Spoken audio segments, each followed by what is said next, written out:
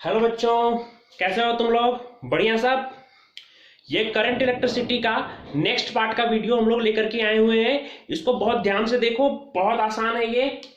और साथ ही साथ यार तुम लोग इसको शेयर कर दिया करो। जो बच्चे भी इस वीडियो को देख रहे हैं आप लोग इसको शेयर कर दिया करिए, क्योंकि इस अभी जो चल रहा है लॉकडाउन, उसमें अगर हम लोग को सस्टेन करना है तो हम लोग को एक दूसरे को बहुत कोऑपरेट करके चलना पड़ेगा। ठीक है, तो आप लोग बस शेयर कर देना इस वीडियो को। चलिए देखते हैं रेजिस्टेंस। आज का जो हमारा टॉपिक है वो है रेजिस्टेंस। क्या होता है रेजिस्टेंस? सुनना मेरी बातों को, वीडियो को एंड तक देखना और ध्यान से सुनना मेरी बातों को। रेजिस्टेंस होता है, रेजिस्टेंस किसी कंडक्टर का प्रॉपर्टी होता है। रेजिस्टेंस किसी कंडक्टर का प्रॉपर्टी होता है। Opposition offered in the flow of current.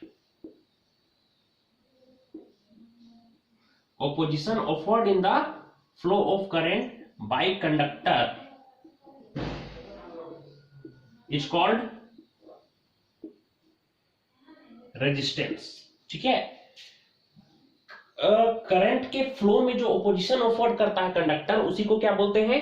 Resistance बोलते हैं। ठीक है, फिर से मैं बोलूंगा, opposition offered in the flow of current by conductor is called resistance. ये कंडक्टर का प्रॉपर्टी होता है कि करंट के फ्लो में वो ऑपोजिशन ऑफर करता है, मतलब वो करंट को फ्लो नहीं होने देना चाहता है। करंट को फ्लो नहीं होने देना चाहता है मतलब किसको फ्लो नहीं होने देना चाहता है? इलेक्ट्रॉन को।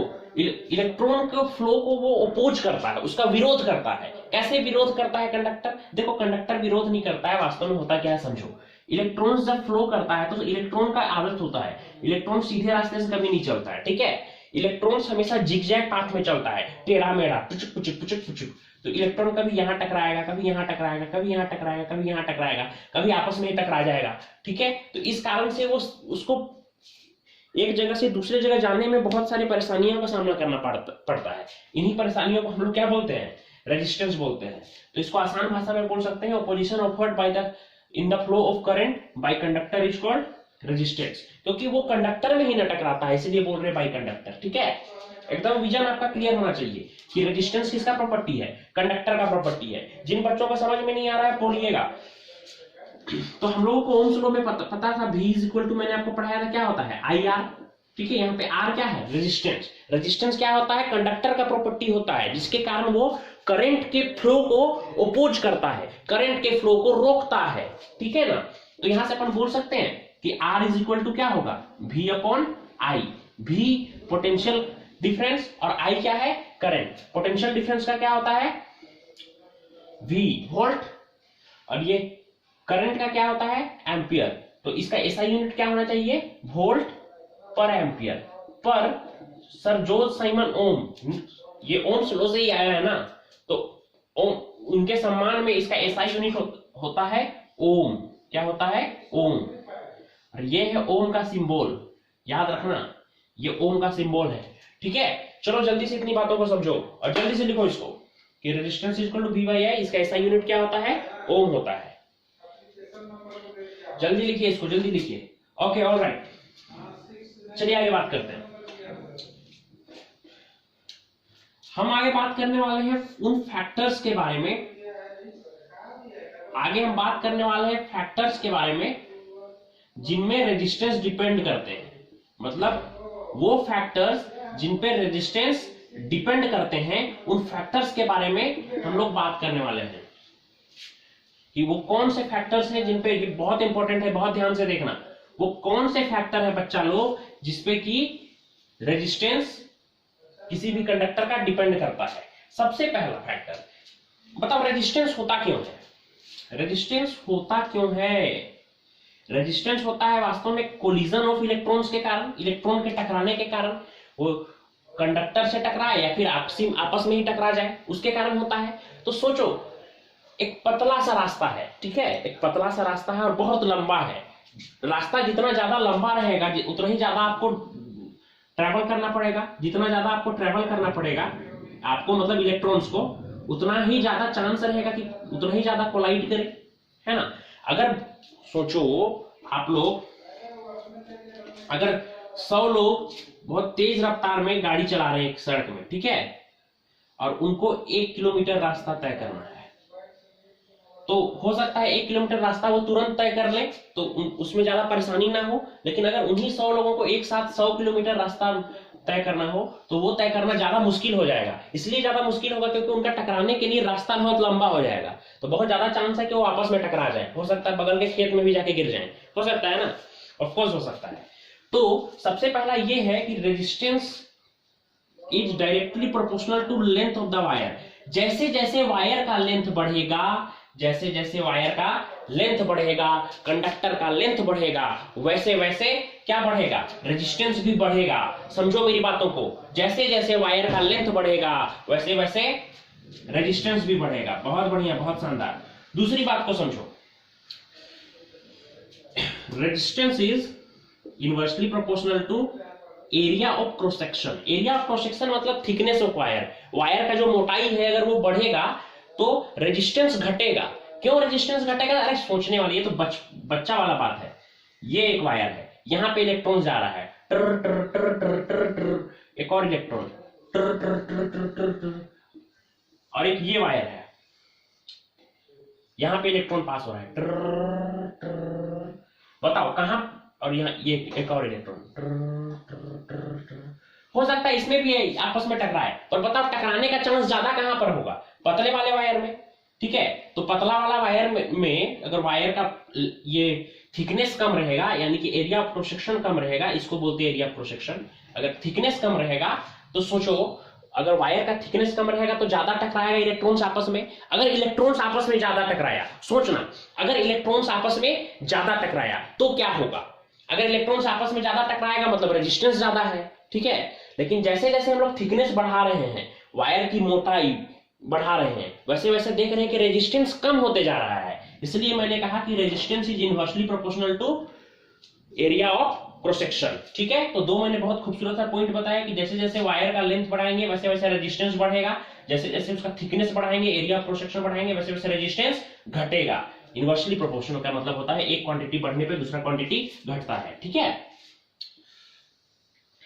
और क्या रेजिस्टेंस टेम्परेचर पे भी डिपेंड करता है क्या? हाँ, अगर वो कंडक्टर है, अगर वो कंडक्टर है, कंडक्टर के केस में टेम्परेचर बढ़ाने पे रेजिस्टेंस बढ़ता है। जैसे जैसे टेम्परेचर बढ़ाएंगे वैसे वैसे रेजिस्टेंस बढ़ाएंगे, क्योंकि जैसे जैसे उसको हम गर्म करते हैं वैसे वैसे इलेक्ट्रॉन का मूवमेंट बढ़ जाता है। इलेक्ट्रॉन यानी ज्यादा तेजी से कोलाइड करता है, ठीक है। सेमी कंडक्टर के केस में सेमी कंडक्टर कुछ अलग तरह से वर्क करता है, तो टेम्परेचर बढ़ाने पे रेजिस्टेंस उस केस में घटता है, आसानी से इलेक्ट्रॉन्स फ्लो करता है, ठीक है। तो ये तीन इंपॉर्टेंट पॉइंट है, इसको जरा ध्यान से देखें, जल्दी से देख लो इसको। तो बच्चा लोग, मैंने आपको क्या बताया कि resistance is directly proportional to length of wire, यानी जैसे जैसे वायर का लेंथ बढ़ाएंगे वैसे वैसे रेजिस्टेंस भी बढ़ेगा। दूसरी बात मैंने आपको क्या बताया कि resistance is inversely proportional to area of cross section. ये शाश्वत सत्य है, इसको इक्वेशन 1 मान लो, इसको इक्वेशन 2 मान लो। क्या हम इक्वेशन 1 और 2 को एक साथ रिप्रेजेंट कर सकते हैं? क्यों इतना टेंशन लेना, एक ही साथ रिप्रेजेंट कर दो, L by A, R is proportional to L by A, ठीक है ना। सोचो, जब भी प्रोपोर्शनलिटी का साइन हटता है और इक्वल टू का साइन आता है तब यहां पर एक कांस्टेंट आता है, तो क्या इस केस में भी कोई कांस्टेंट आएगा कि नहीं आएगा? ऑफ कोर्स कांस्टेंट आएगा। R इज इक्वल टू, यहां पर एक कांस्टेंट आता है रो, L by A।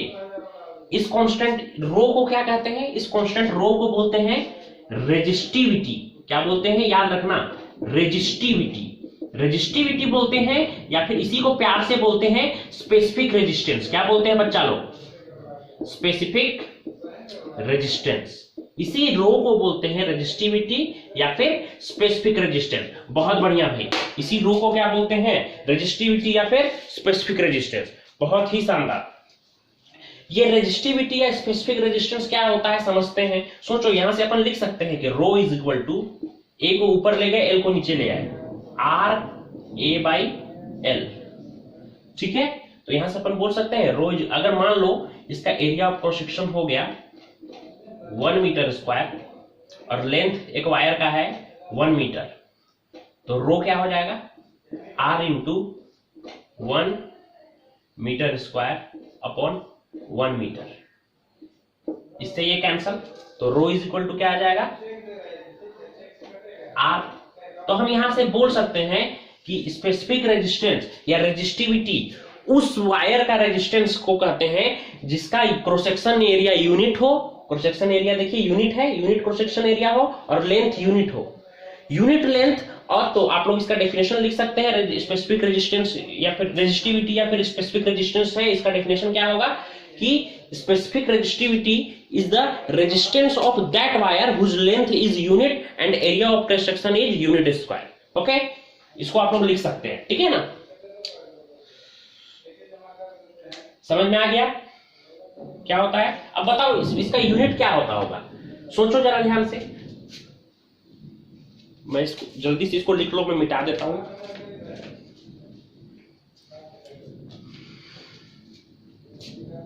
ओके, मैं इसको मिटा देता हूं। सोचो इसका यूनिट क्या होता होगा।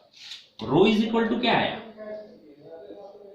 आर ए बाई एल, यही आया ना। तो रो रेजिस्टेंस का क्या होता है, ओम, एरिया का मीटर स्क्वायर अपॉन लेंथ का मीटर, मीटर ने मीटर को कैंसिल कर दिया। तो बताओ क्या यूनिट आया, रेजिस्टिविटी का ऐसा यूनिट क्या आया, ओम मीटर। क्या है ऐसा यूनिट रेजिस्टिविटी का, ओम मीटर। याद रखना बच्चा लोग, रेजिस्टेंस और रेजिस्टिविटी में अंतर यह है कि रेजिस्टेंस एक कंडक्टर का प्रॉपर्टी है, रेजिस्टेंस वेरी करता है अलग अलग फैक्टर्स में, जैसे कि लेंथ ऑफ वायर में, एरिया ऑफ क्रॉस सेक्शन में, पर रेजिस्टिविटी एक मटेरियल का प्रॉपर्टी है। It is the property of any material. एक मटेरियल के लिए ये कभी चेंज नहीं होगा। यानी सिल्वर, आप 1 मीटर का सिल्वर ले लो, 20 मीटर का सिल्वर ले लो या 500 मीटर का सिल्वर ले लो, उसका रेजिस्टिविटी सेम रहेगा। आप 1 मीटर का ब्रास ले लो, 20 मीटर का ब्रास ले लो या 500 मीटर का ब्रास ले लो, उसका रेजिस्टिविटी सेम रहेगा। समझो मेरी बातों को, यानी एक मटेरियल का रेजिस्टिविटी कभी चेंज नहीं होता है। टेम्परेचर पे ये डिपेंड करता है, पर टेम्परेचर के अलावा किसी और चीज पर डिपेंड नहीं करता है। तो लिखिएगा कि resistivity it is property of, it is the property of any material.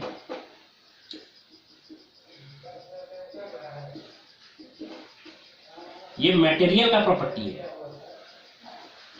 Resistivity किसी मटेरियल का प्रॉपर्टी है। जल्दी से लिख लो उसको।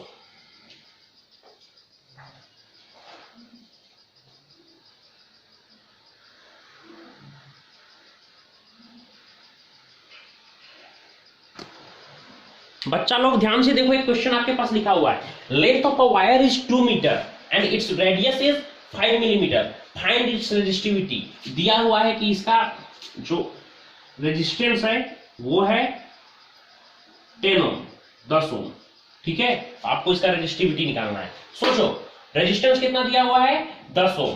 देखो लिखते हैं क्या है, जो दिया हुआ लेंथ कितना है, 2 मीटर, लेंथ 2 मीटर, बहुत बढ़िया। रेडियस कितना है, रेडियस है 5 mm। सोचो ना, रेडियस अगर 5 mm है तो मिलीमीटर में तो मेरे को लिखना नहीं है, मेरे को तो मीटर में चेंज करना है। मिलीमीटर को मीटर में चेंज करने के लिए क्या करना पड़ेगा, 10 टू द पावर -3 से मल्टीप्लाई करना पड़ेगा, तो 10 टू द पावर -3 मीटर हो जाएगा, ठीक है। और आर रेजिस्टेंस कितना दिया हुआ है, 10 ओम, यही ना। तो सोचो अगर रेडियस दिया हुआ है और मेरे को एरिया ऑफ क्रॉस सेक्शन निकालना है। एरिया ऑफ क्रॉस सेक्शन का मतलब समझते हैं, मान लो एक ये वायर है, ठीक है, तो इसका एरिया ऑफ क्रॉस सेक्शन हो गया ये वाला। बताओ ये किस शेप का है, सर्कुलर शेप का है, तो यही जो एरिया है यही इसका एरिया ऑफ क्रॉस सेक्शन हो जाएगा, ठीक है ना। तो एरिया ऑफ क्रॉस सेक्शन कैसे निकालेंगे, क्या होता है सर्कल का एरिया, पाई आर स्क्वायर। तो बताओ एरिया क्या हो जाएगा, pi r square. Pi r square मतलब 3.14, आर के प्लेस पे 5 का square, 5 into 10 to the power -3 का स्क्वायर, बहुत बढ़िया। यहां से अपन बोल सकते हैं 3.14 इंटू 5 का स्क्वायर 25 और -3 इंटू 2 कितना हो जाएगा, 10 टू द पावर -6, ये हो जाएगा एरिया। तो चलो अब इसका रेजिस्टिविटी निकाल लो। रेजिस्टिविटी का फॉर्मूला आप लोगों में से सबको पता ही होना चाहिए। Resistivity rho is equal to क्या होता है, आर ए बाई एल, बहुत ही बढ़िया।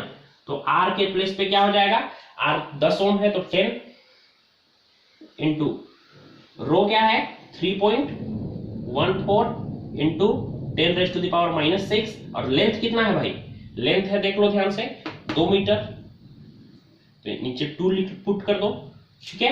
अब इसको कैंसिल कर दो अगर चाहते हो तो 2 से 5 टाइम्स में कैंसिल, ठीक है। अगर नहीं चाहते हो तो 10 से कैंसिल करने की जरूरत नहीं है, इससे मैं कैंसिल कर देता हूँ, आसान होगा कैलकुलेट करना। 1.57, ठीक है ना। 1.57 इंटू 10 कितना हो जाएगा, 15.7 इंटू 10⁻⁻6 ओम मीटर, ये हो जाएगा तुम्हारा आंसर। आई होप तुमको ये क्लियर हुआ होगा, ठीक है। चलो वॉल्यूम कंजर्वेशन वाला कुछ क्वेश्चंस कर लेते हैं, ठीक है ना। जल्दी से इसको लिख लो।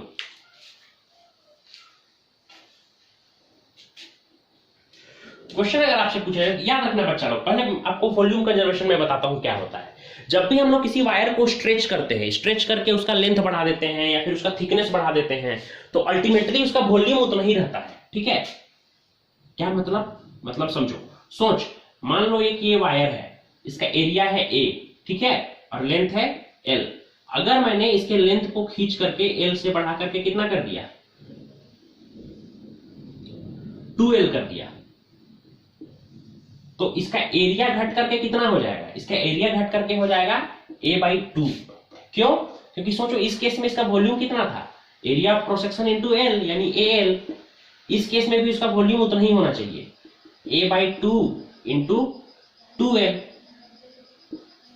पता नहीं ये दिख रहा है या नहीं आप लोगों को, A/2 इंटू 2L तो क्या हो जाएगा AL।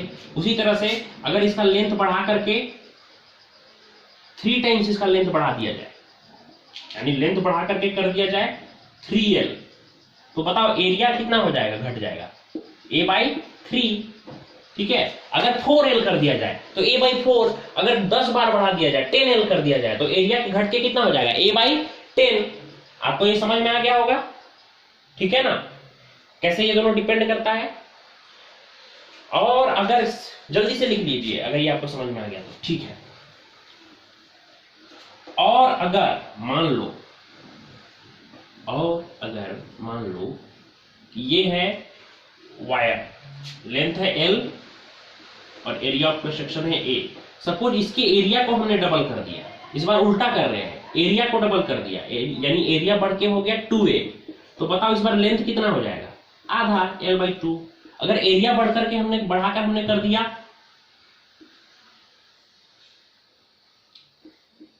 5A, तो लेंथ कितना हो जाएगा L/5। मतलब एक चीज बढ़ाते हैं तो दूसरे को उतना ही टाइम्स घटा देना पड़ेगा, ठीक है ना।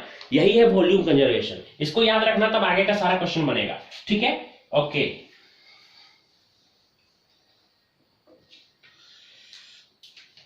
अब कमेंट करके बताइए कि क्वेश्चन आपको समझ में आया या नहीं आया, मतलब ये कंसेप्ट जो मैंने दिया वो आपको समझ में आया या नहीं आया। चलिए देखते हैं क्वेश्चन है कि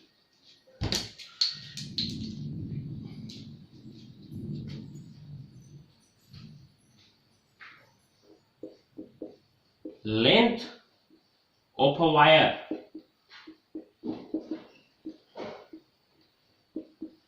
is doubled। एक वायर के लेंथ को डबल कर दिया गया if its initial resistance was 10 ohm, then find its new resistance। अगर इसका इनिशियल रेजिस्टेंस 10 ओम था तो इसका नया रेजिस्टेंस क्या होगा। सुनना मेरी बातों को जरा ध्यान से, ठीक है। एक वायर है, उसका लेंथ है L। मैं थोड़ा पानी पिला देता हूं अपने मार्कर को।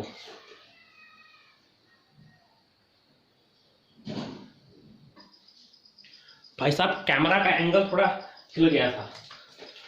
चलो देखते हैं क्वेश्चन क्या था। Length of a wire is doubled, initial resistance was, if its initial resistance was 10 ohm, find its new resistance. एक वायर के लेंथ को डबल कर दिया गया। मान लो इसका वायर का लेंथ L है और area of cross section A है शुरू में। अब मुझे दिया हुआ है इसके लेंथ को क्या कर दिया गया, डबल कर दिया गया। डबल कर दिया गया मतलब लेंथ बढ़ करके कितना हो जाएगा, 2L हो जाएगा। सोच, अगर लेंथ बढ़ करके 2L हो जाएगा तो एरिया घट करके कितना हो जाएगा, A/2 हो जाएगा। बहुत अच्छे, है ना। अब सुनना मेरी बातों को जरा ध्यान से। देख भाई, दोनों सिचुएशन बोला है, इसका शुरू में इसका रेजिस्टेंस था 10 ओम, इस वाले का रेजिस्टेंस था 10 ओम, इसको मैं मान लेता हूं R1। तो बताओ ये दूसरे वाले का रेजिस्टेंस कितना होगा। देख रेजिस्टेंस चेंज कर, देख इसी में ये दोनों मटेरियल, एक चीज दोनों में कॉमन है। दोनों में कॉमन क्या है? दोनों में कॉमन ये है कि दोनों सेम मटेरियल का बना हुआ है। अरे भाई इसी को ना खींच के लंबा किए हैं, जब इसी चीज को खींच के लंबा किए हैं मतलब यही वाला मटेरियल है ना। तो सोच, हमको कोई एक ऐसा प्रॉपर्टी लेना पड़ेगा जो दोनों मटेरियल में कॉमन है। दोनों मटेरियल में कॉमन कौन सा प्रॉपर्टी रहता है? एक मटेरियल के लिए कौन सा प्रॉपर्टी कॉमन रहता है? रेजिस्टिविटी, स्पेसिफिक रेजिस्टेंस या रेजिस्टिविटी। तो जितना रेजिस्टिविटी पहले वाले का होगा उतना ही रेजिस्टिविटी दूसरे वाले का होगा। पता नहीं इतना नीचे कैमरा आ रहा है या नहीं? हाँ आ रहा है।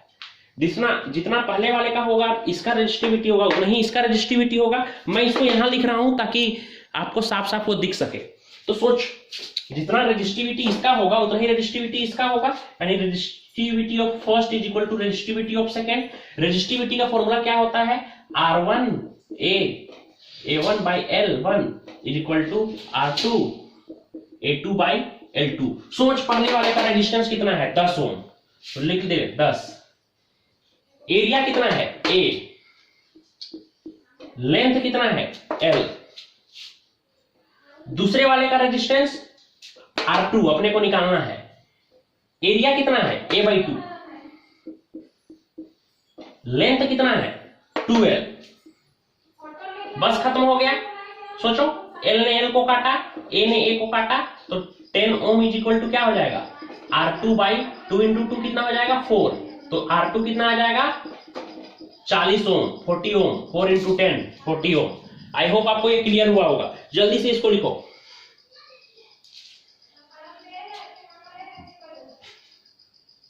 ओके, अब आपसे सपोज किसी ने क्वेश्चन पूछा कि area of cross section of a wire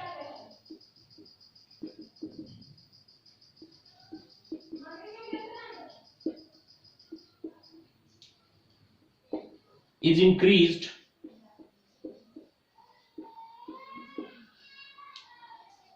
five times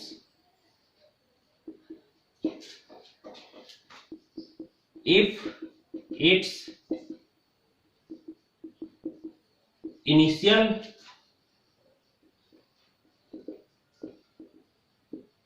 resistance was 20 ohm, find its new resistance।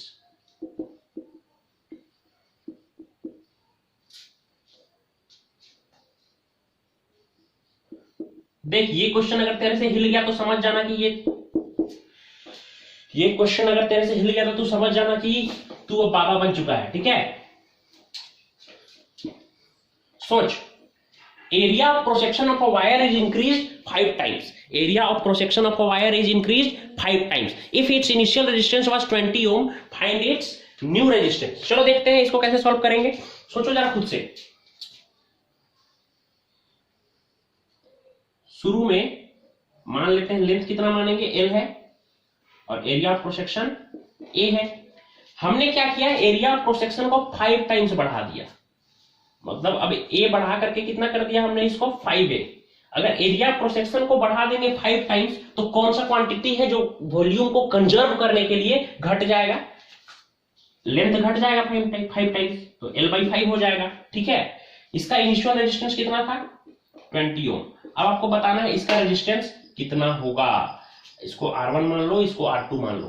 बताओ, दोनों तो सेम ही मटेरियल का बना हुआ है। अगर दोनों सेम मटेरियल का बना हुआ है तो दोनों का एक चीज कॉमन होगा। क्या मटेरियल का प्रॉपर्टी क्या होता है? Resistivity, specific resistance. तो पहले वाले का ρ1 इज इक्वल टू ρ2, पहले वाले का specific resistance is equal to दूसरे वाले का specific resistance.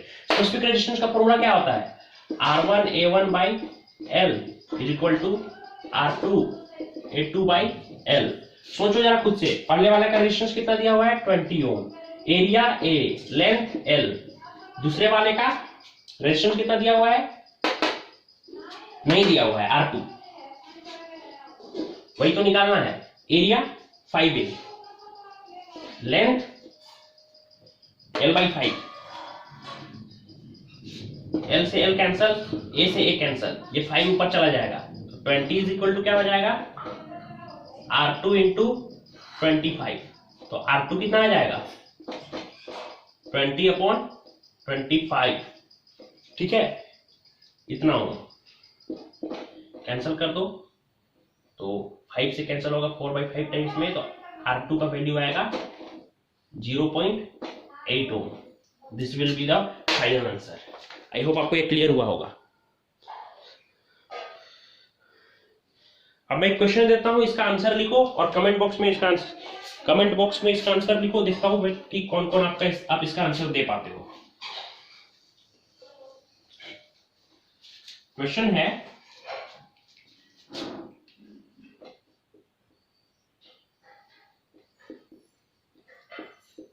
length of a wire is tripled। Question है कि length of a wire is tripled, इसको 3 गुना बढ़ा दिया गया है।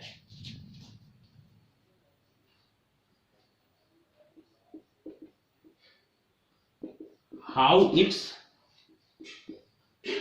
रेजिस्टेंस विल बी अफेक्टेड, इसका रेजिस्टेंस में इस चीज का क्या फर्क पड़ेगा।